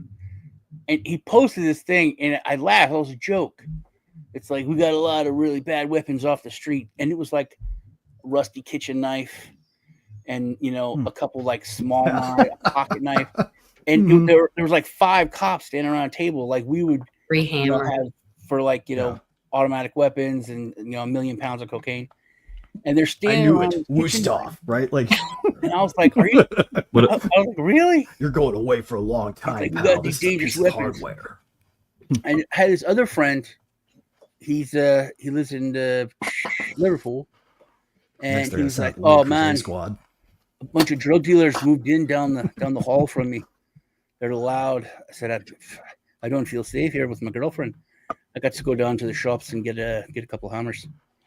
And I was like, why are you going to put in like a new door? Yeah, because hammers are blunt weapons, right? He's like, no. I want a hammer by the bed in my nightstand. And do you remember that scene in Braveheart, guys? Where William Wallace comes back and he's like, well, what is this? And he ends in this big fucking rock. It's like, so you don't train with real weapons? Oh, the English don't allow us those. We have to use rocks. You know, like. But I was like, dude, it's the are you same serious? fucking thing happening to You're the gonna same go buy, basic that's like set of people. your mentality is to I'm gonna go buy a Where's hammer William Wallace Part 2 at the hardware store, and that's Pretty my much. defense to defend my family against drug dealers down the hall. I'm like, Dad, I couldn't live that way, man. I would be scared. Someone needs to make a shitless. modern day remake of Braveheart set in modern times, like that Romeo and Juliet retold for the 1990s. Oh yeah. They just set it in current day England, and just use maybe like stock footage plus AI to patch it together like Kung Pao into the Fist style. I bet somebody could pull it off. Like I grew up in Europe, and it was not like I played with real medieval weapons. I had a Morning Star, I had a mace, flail, I had a couple swords. I have a cavalry saber, like with full tank. Yeah, I'm talking, but I was in Europe in my house. You know what I mean? Me and my buddy. It was like, but now that would be against the law. I couldn't have me and my friend. His name was Kyle. Andrew knows him. We would sword fight all the time. Like we almost uninstalled ourselves many times. I do not want to say that my kids would sword fight all the time. I feel like we need to clarify that we were talking about the actual like bladed sword fighting, not the thing that some weirdos do over the toilet together. Gross. Boys. Gross. Anyway. Mind, man. There are two swords. There's two swords and there's two machetes. Sorry, not often are you given a double entendre that is also a blade. Yes. It's amazing. But these are like my grandkids came over, and they like were at my room, and they're like, "Are those real swords?" Like, I have like so many guns. Look behind me. You know what I mean? But they were blown away that I have these katanas set up in my room. Like, yeah, which is funny because a sword is just a metal stick that you sharpen, really. Like, you don't have, and anything can be a real sword if it starts off as a chunk of metal and then you sharpen it. They're like, no, I don't have a sword. I'd love to have that sword. Can I see it? I'm like, yeah. I'm like, I bought your dad hundreds of swords. So why you don't have a sword? Sticks in here. I'm like, they had like Conan sword, Frodo's sword, just famous swords, like 5 swords. And did they have Peter's sword? And then my son's like, we're all in the kids have swords, can't touch swords, put the swords back here, touch granddad's swords. Oh God, it's a sword. But yeah. Okay, here's a good question for the peanut gallery. Most favorite famous sword. Which one's the best famous sword from fiction or reality? Which one tops them all? Conan's. Right. Ragnarok, Final Fantasy VI. Yeah, that's. I think Trump's sword. The what's it called? The Sword of the East that Aragorn had. I forget its name. It's pretty bland, man. Yeah, that was pretty powerful. It was, though. Charlemagne's is all right. No, that was the thing he gave Frodo. No, it was Anduril, the Flame of the West. What was the sword? That's right, Flame of the West. Yeah. What did I say? It was remade from the shards of Narsil, which is the name it had before it got broken. What was the sword that was given to Trump, and they did the dance, and the women whipped their hair around and all that, and they did and Trump was given that sword. Oh yeah. And they did all that dance. Wasn't it? No, it was a chainsaw, wasn't it? No, that was a chainsaw. Sword. And they did the sword dance. Wait, Melee gave him a chainsaw though at one point, didn't he? Oh, no, he gave Elon a chainsaw. That was a different thing altogether. The future is incomprehensible to the past, right? Like the world we talked about now is so fucking insane that even 10 years ago, if you played it back to people, they'd think we were talking about some kind of like weird video game. Well, because the last 10 years basically has been a movie. Yeah, the world is gamifying. Yes. Like in all the wrong ways. It's funny. Yeah. My favorite, I would go with Damocles, by the way. That would be the sword I would pick. Like I said before, I don't know much about swords, so. We lost Sean. I would think you would know about swords, Andrew. No, just cursory information. He's more of a battle axe kind of guy. There's Japanese swords. I would think you'd katanas and stuff like that. Sword. Yeah, I mean, I'm not very much of a collector and that sort of thing. So I always wanted one of those. So Kill Bill had some awesome weapons in it, right? But slightly deviating from sword, the one I really wanted was that ball and chain weapon with the I know what you're talking about. That came out of it from what's her face, the bodyguard, Go-Go or whatever her name was. I'm not seen Kill Bill myself. It's called a meteor hammer. It's my medieval weaponry obsession. If I ever learn to fight with an actual thing that you swing around, it'll be one of those. I haven't seen it either. I would prefer to have the Ark of the Covenant. Yeah. Unleash it. Trump's got one of those too. One of the elite swords from Halo would be pretty cool too. Yeah, that would be kind of. I know that one. That would be awesome. Or the Needler. I would always have the Needler with the elite sword in hand. Well, you gotta imagine how light that freaking thing is. It would be way more ergonomic than a lightsaber too. So you've got an energy sword that you can click on. That's already in a fist grip to turn on. Mm-hmm. It actually makes sense, and it would be so light. It would just be the most fun thing on earth. I would like cut to mailboxes off the hinges with. My favorite thing was when you depleted it, you could still use it. So I would just start beating people with a stick. Well, I liked how if you could trigger a lunge with a rocket launch change, you could actually launch yourself way into the air. It was pretty awesome. If I had to it would pick give you the sword attack with the range of a rocket. Thank you. Now I'm gonna go play Halo again. I'll stick with my Glock. That was my weapon. If I had to pick a weapon from a video game, I'd probably go the Hidden Blade from Assassin's Creed. That's pretty cool. It's a good one. Yeah. I love how we've gotten on to top mythical weapons after governing body solutions. We're gonna govern it ourselves.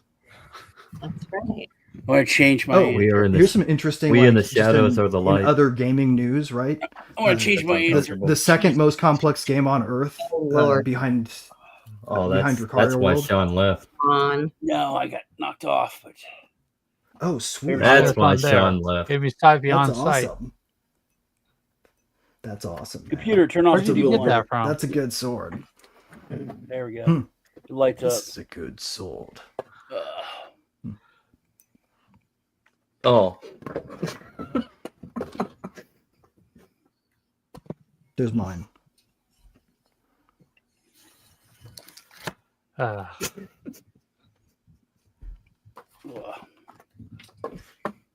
all bringing out weapons.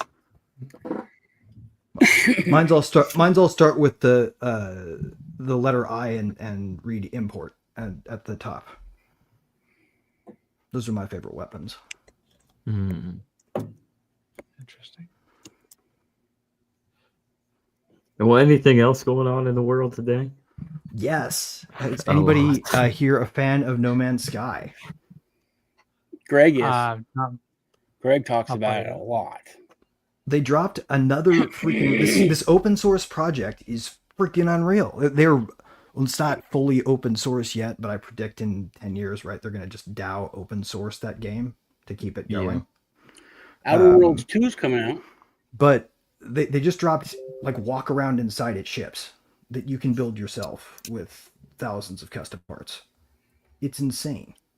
I haven't tested it out yet, but some of the videos of these things, it evokes that scene where they fly onto the planet in Alien Covenant. They're through the mist and stuff. It's really uncanny how they evoke that with these. It's amazing. They also did 15 AI rendering updates and a whole bunch of refactors that were probably AI powered that made everything more efficient. So the game is a AAA title made fresh in 2025 when they really haven't had to spend any major effort developing it since 2016. I mean, other than adding, right? Like that all their effort is in growth and new content, just not like it's an impressive freaking team. So you should check this project out if you guys haven't seen it. It's pretty amazing.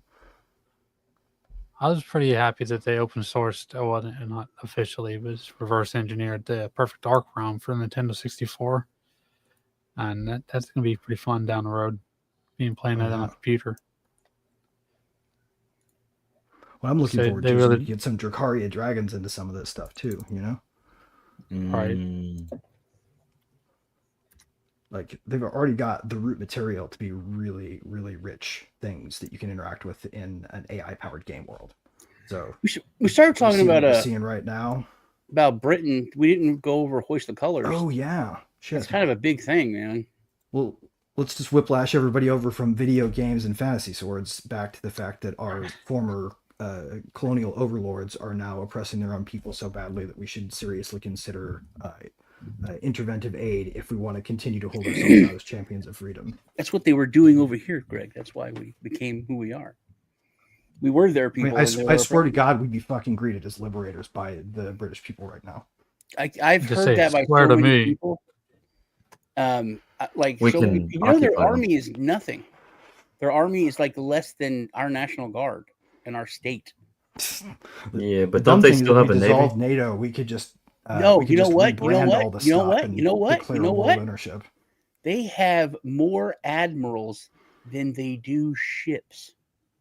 Wow, that's impressive. That's impressive. That is very sad, but that's impressive to have. Usually, what happens when somebody's pirate ship goes down? A lot, like double or triple. It's insane. They have their entire military is in the thousands and tens of thousands. Did they lose a lot of ships, or are they making too many admirals? What's going on here? They lost a lot of ships, they decommissioned ships, sold ships, scuttled ships. But they still have the. Yeah, I thought the captains were supposed to go down with those things. No, you know what I learned recently that I had no idea why the United States military is better than every other military. Do you know that we're one of the only militaries that has NCOs? Really? Yes. That's interesting. No other military has NCOs. They have sergeants. Why did we invent them? Do you know why we invented them? Particularly? Yeah, to beat the they do a lot British. of things now, but like, what is the like literally other military? When the officer dies, they're like, "Oh, what do we do, Sergeant? What do we do? I don't know. I do what the lieutenant tells me to do." They don't have a non-commissioned officer corps. So it's an out-of-loop sanity checker. It's just like for pay, but so you're just like a private hire that jumps into this outside chain of command thing as a. Blew my mind when I found that out. Yeah, huh. It's like the SWIFT system for the military.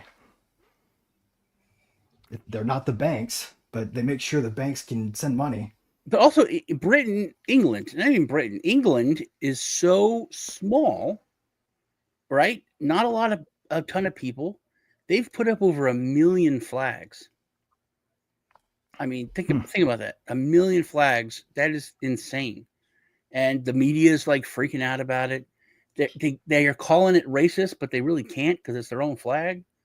But they say that it's they're wiping them out of like you can't get a crew to fill a pothole. The joke is if you want a pothole filled, paint the flag into the pothole, and they'll have a crew out there in 10 minutes. They started filling potholes, but they started filling and painting a flag on there, and the people got pissed.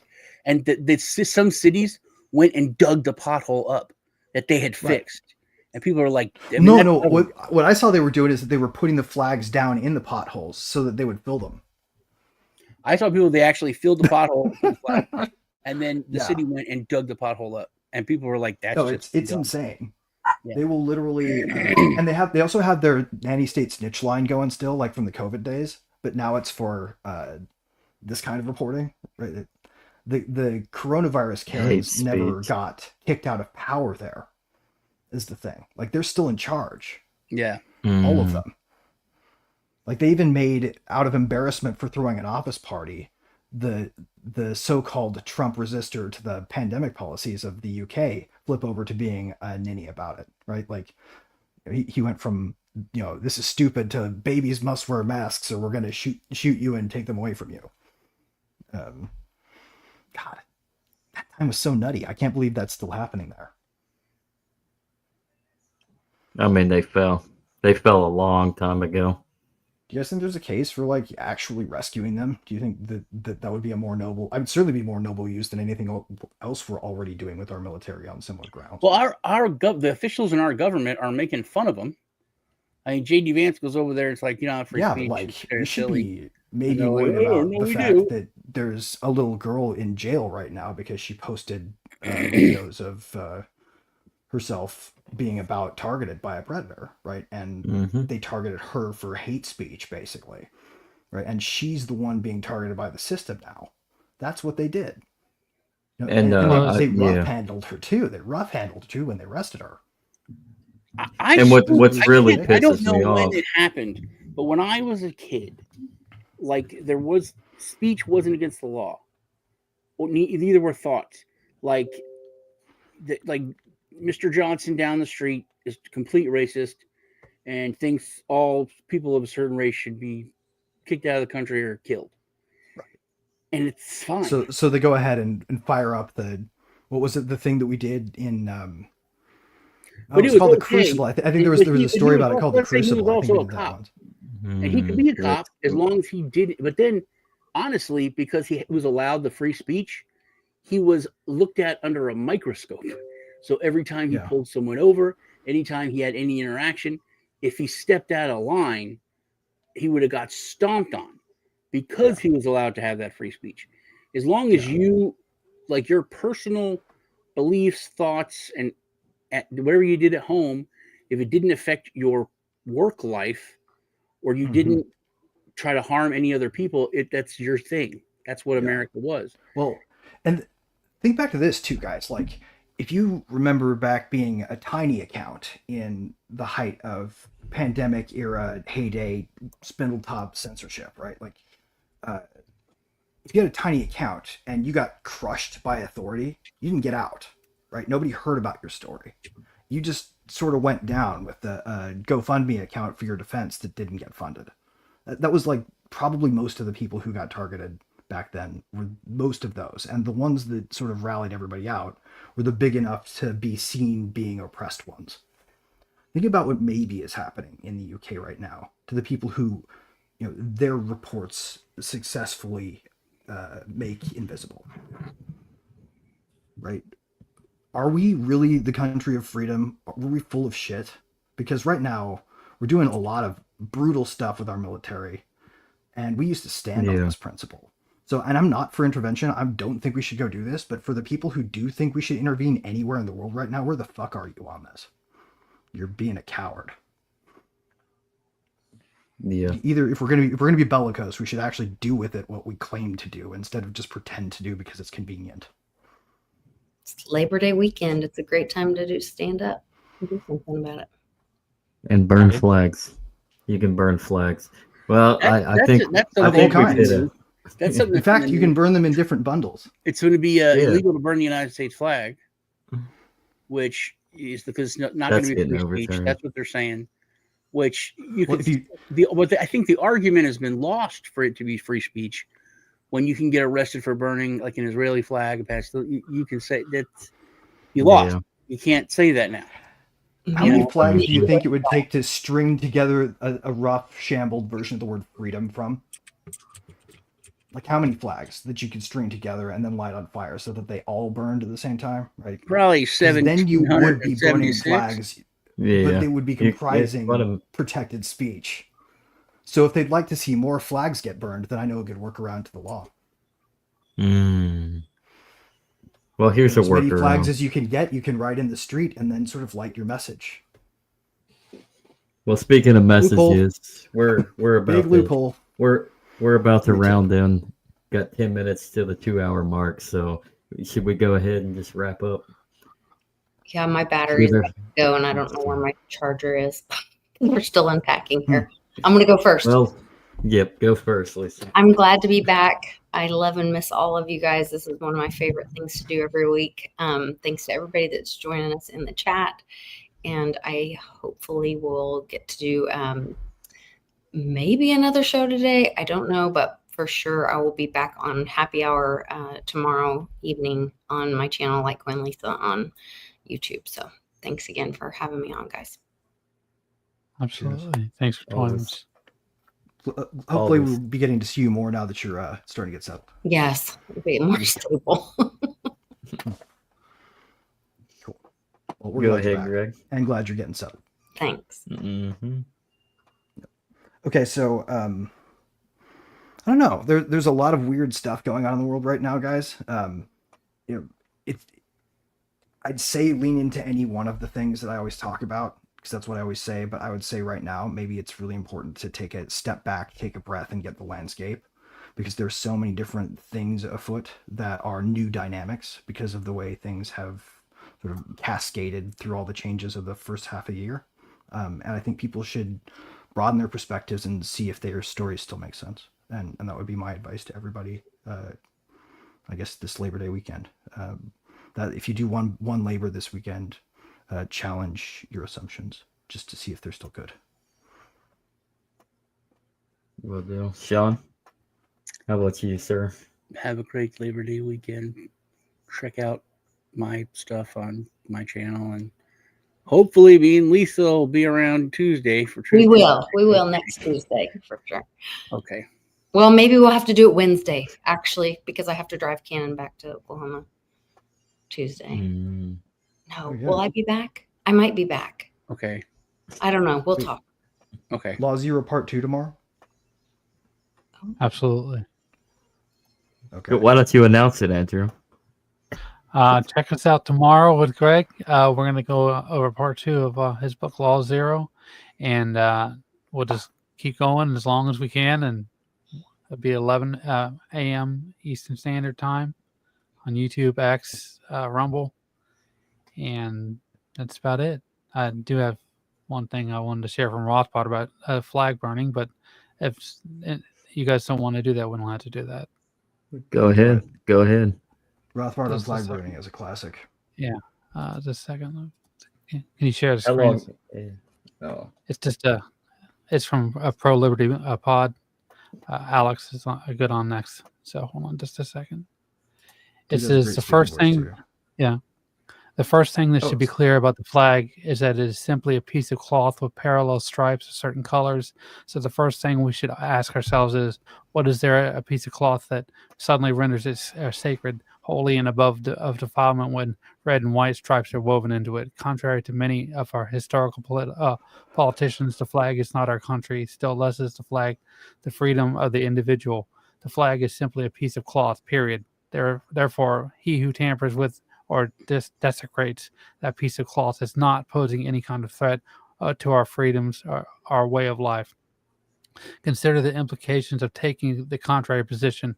If the flag is not a piece of cloth, then that means that some form of mystical transubstantiation must have taken place, and therefore that weaving a piece of cloth in a certain manner suddenly invests in the great and awesome sanctity. Indeed, Webster's definition defines desecrate as the divest of a sacred character or office. Most people who revere the worship of the flag in this way are religious, but to apply to a secular object, this kind of adoration is nothing more than nor less than idolatry. Religious people should always be on the guard against the worship, and that's all. The funny thing about that is it started making me think about the patent and intellectual property and trademark system, because in a way it's kind of like that too. Yeah, it sort of hits the same high notes as the problem, even though it's more right. of a dovetail. That makes sense. So Will do, y'all. So cool stuff, man. Like Andrew said, join the Legacy Ride tomorrow at 11 a.m. Eastern Standard Time with Greg, and join us next Thursday for World Blockchain Roundtable. So that's all I got for you. Oh wait, you forgot one, Zach. And check out last one if you haven't watched it yet. Oh, Little Time yes. for Tomorrow. Check out. Plus, there's an apocryphal true story, an apocryphal lie, and an apocryphal nonsense in there, right, about me. So you can get in there and learn something that's true about me, embellished with a good bit of fun fiction, as well as 2 things I'm not telling the truth about in the story. So I put that in there for everybody to come back to later for this week. And I'm telling you guys about it now too. So you should go play and see what you come up with. We can talk about it when we talk tomorrow. All right. Let's Sorry, go. didn't mean to assign homework for everybody, but that's, that's what I do. Homework. But that's your homework for Labor Day weekend. Labor. Yep. Play along in the audience. You are invited. Well, let us guys. let us go out with the late great John McAfee. America's not the government, people. The America is you. It is the Grand fucking Canyon, the Rocky Mountains, the deserts of the Southwest, the Pacific fucking Ocean, the Atlantic fucking Ocean. It is the grandest continent. And what the fuck